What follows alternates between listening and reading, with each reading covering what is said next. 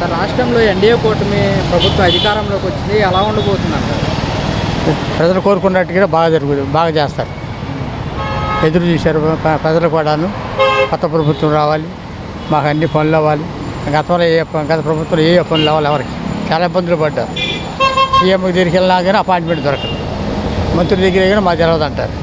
చాలామంది అన్ని రకాలుగా ఇబ్బందులు పడ్డారు. కానీ హ్యాపీగా ఉన్నారు ఇప్పుడు జనం.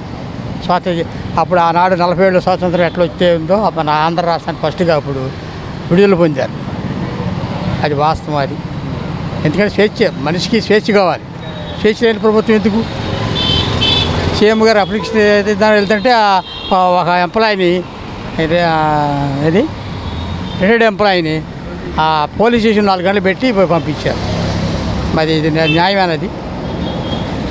చెప్పండి. అది సీఎం గారు అప్లికేషన్ అయ్యా మా గోడిది మాకు పరిష్కరిస్తారని మీ ఆశతో అపాయింట్మెంట్ దాకా ఇక్కడ మధ్యదారులో ఉన్నామని చెప్పుకుందామని వెళ్తే వాళ్ళని తీసుకెళ్ళి పోలీసులు పెట్టి 4 గంటల్లో నిర్బంధించి పంపడం ఇది న్యాయం అంటారా? దేవుడు ఆశీర్వదిస్తాడా? దేవుడు ఆశీర్వాదం కూడా ఉంది తొలగించడానికి. అది ఒక కారణం. అన్ని ఒకటేంటి సమస్త విషయాలు కూడా అది ఏం సుఖం. చాలా ఆశపడ్డారు జగన్మోహన్ రెడ్డి గారు వస్తే బాగా చేస్తారు విశ్వాసంతో ఓట్లు వేశారు, గెలిపించారు. ఆయన నిలబెట్టుకోలేకపోయాడు. అది మంచి ప్రభుత్వం వచ్చింది, మంచిగా బాగా చేస్తారు. సార్ పవన్ కళ్యాణ్ గారు కూడా మొదటిసారిగా అసెంబ్లీలోకి వెళ్ళారు. పవన్ కళ్యాణ్ గారిని గేట్ కూడా తాకనేమన్నారు.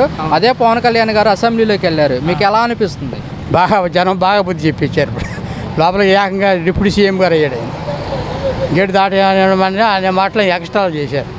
ఇప్పుడు ఏమైంది పరిస్థితి? జగన్మోహన్ రెడ్డి గారు ఎగిలి మాటలు శాసన చేసేవాడు. ప్రతిపక్ష నాయకులు అంటే మన ఇప్పుడు 40% వచ్చినట్టు విరవీగుతున్నారు. బాగా గవర్నమెంట్లు వాళ్ళకి 42% ఉంది. అప్పుడు 52% ఉంటే వాళ్ళకి 42% అప్పుడు దగ్గర ఉంది. అది న్యాయం కదా? ఓడిపోయినంత మాత్రాన హేళన చేయాలా? ఆయన ఏం తప్పు చేశాడు? జైల్లో పెడతాం న్యాయమా అంత వయసులో? అసలు ముఖ్యమంత్రి అనేవాడు అసలు పరిపాలన చేసేటప్పటికి అనేక పథకాలకి నిధులు రిలీజ్ చేస్తారు కదా. రిలీజ్ చేసినప్పుడు మన అందుట్లో అన్యాయం జరిగింది నోటి మాట చెప్పడమే కానీ అరెస్ట్ చేయడమేంటండి? ఇది దుర్మార్గం కదా. ఇది చంపబెట్టి జగన్మోహన్ రెడ్డి గారు చేయకూడదు అని. అనేక రాష్ట్రాలు ముందు మన భారతదేశంలో 9 రాష్ట్రాలు ఉన్నాయి. దాంట్లో అనేక రకాలుగా నిధులు విడుదల చేస్తారు. దాంట్లో అన్యాయం జరిగిందంటే కోర్టులు ఉన్నాయి, కోర్టుకు వెళ్ళాలి. ఇది అన్యాయం జరిగింది, ఈ ప్రాజెక్టులు తినేసారని గవర్నర్ దగ్గరికి వెళ్ళాలి.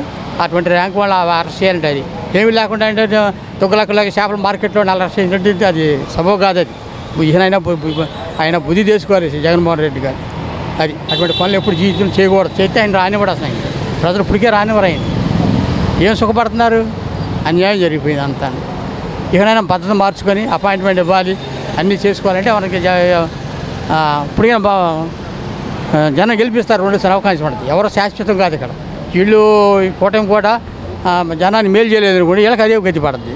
ఎవరికైనా అదే కదా, మేలు చేస్తేనే అది 10 కాలాల పడిన మన్నుద్ది. అసలు జగన్మోహన్ రెడ్డి గారు 20 ఏళ్ళ పాటు ఉంటాను అంటున్నారు.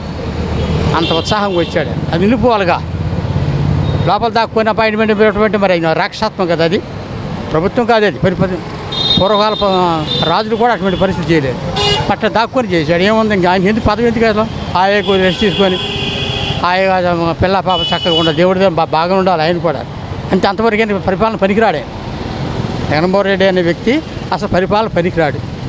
అది ఆయన తగ్గట్టు ఆయన దరిద్రం తగ్గట్టు సలహాదారులు పెట్టుకున్నాడు. వాళ్ళు డబ్బు తినేయడానికి కానీ ఏ సలహాలు ఇచ్చారో అర్థం కాదు. ఆయన నాశనం చేశారు.